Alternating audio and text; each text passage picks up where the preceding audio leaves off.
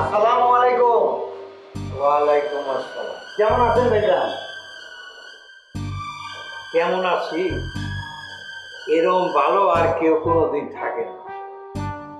আচ্ছা মিয়া, তোমারে যে কইলাম তাড়াতাড়ি আসো, তুমি এতদিন পরে সময় হইলো ঢাকায় আসা। ভাইজান, আপনি শহরে থাকেন, গ্রামের মানুষের যন্ত্রণা বুঝেন না। রাজা চেয়ারম্যানগিরি ছাইড়া দেওয়ার পর এলাকায় কি যে একটা বিশৃঙ্খলার সৃষ্টি হয়েছে, ওই সকল ঝামেলা আমার সামাল দিতে হয়। আপনি যদি মাঝে মধ্যে গ্রামে যাইতেন তাইলে আমার কার্যক্রম আমি দেখতে পাইতেন। শোনো মিয়া, গ্রামে যাই না মনে করি না আমি কোনো খবর রাখি না, আমি সব খবর রাখি। রাজা পাগল হওয়ার পরে সমস্ত দায়িত্ব গেছে লেবুর হাতে।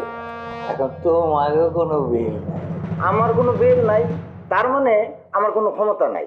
আমার মতো ক্ষমতাহীন মানুষকে আপনি ডাকেন কেন? মাঝে মধ্যেই তো ফোন দেন। তোমারে আপন ভাবি, ওই জন্যই তোমারে ফোন করি। তোমারে আমার খুব ভালো লাগে বুঝছো, তোমার কথার মধ্যে একটা রস আছে। আমার কথায় মজা পান তাই আমার সাথে কথা বলেন। আমার কথা রস আস্বাদন করাই আপনার প্রধান কাজ।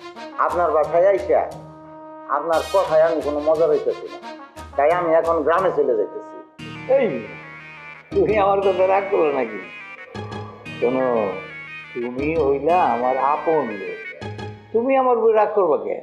ভাইজান, আপনি বিপদে পড়লে তখন আমি আপনার আপনজন, আর বিপদ না থাকলে আমার কোনো খবরই নেই না।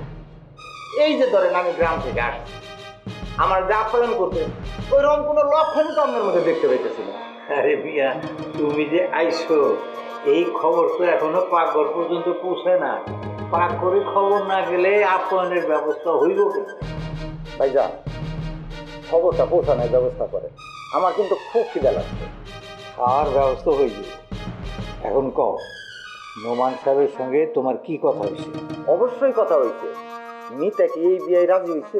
রাজি হইছে, সেই জন্য এখন আর সময় নষ্ট করা যাবে না। ছেলে মেয়ে যদি পরস্পরে পছন্দ করে তাহলে যত তাড়াতাড়ি সম্ভব বিয়া। আপনি তো ছেলেই দেখেন নাই, আর ছেলে না দেখেই আপনি বিয়ে পাকা করে ফেলাইলেন। শোনেন ভাইজান, আমি খাওয়া দাওয়া কইরেই নোমান সাহেবের বাসায় যাব। ওখানে যাইয়া সমস্ত কথা বলবো। 2-1 দিনের মধ্যেই আমি ছেলেকে মেয়ে দেখার জন্য আসতে বলবো। না না না না না, ওইসব ফর্মালভাবে দেখার ব্যবস্থা হইলে মিতা একেবারেই রাজি হবে না। এরকম হইলে সে ছেলের ধারে কাছে আসবে না। ছেলেও তো ওই মিতার মতোই, ছেলে সরাসরি বাসায় এসে মিতার সাথে কথা বলতে চায়। ঠিক আছে, এরকম করে হইলে কোনো অসুবিধা নেই। এটা কিছু মনে করবো না, কোনো ঝামেলা হবে না। ভাইজান, আপনি ভিতর থেকে খবরটা নিয়ে আসেন, আমি ডাইনিং টেবিলে যাবো। আরে না না না, তুমি এইখানেই বসো, আগে চা বিস্কুট কিছু পাঠানোর ব্যবস্থা করতে। ভাইজান, আপনি যা করবেন তাড়াতাড়ি করে, আমার মাথা কিন্তু খুব ঘুরতেছে।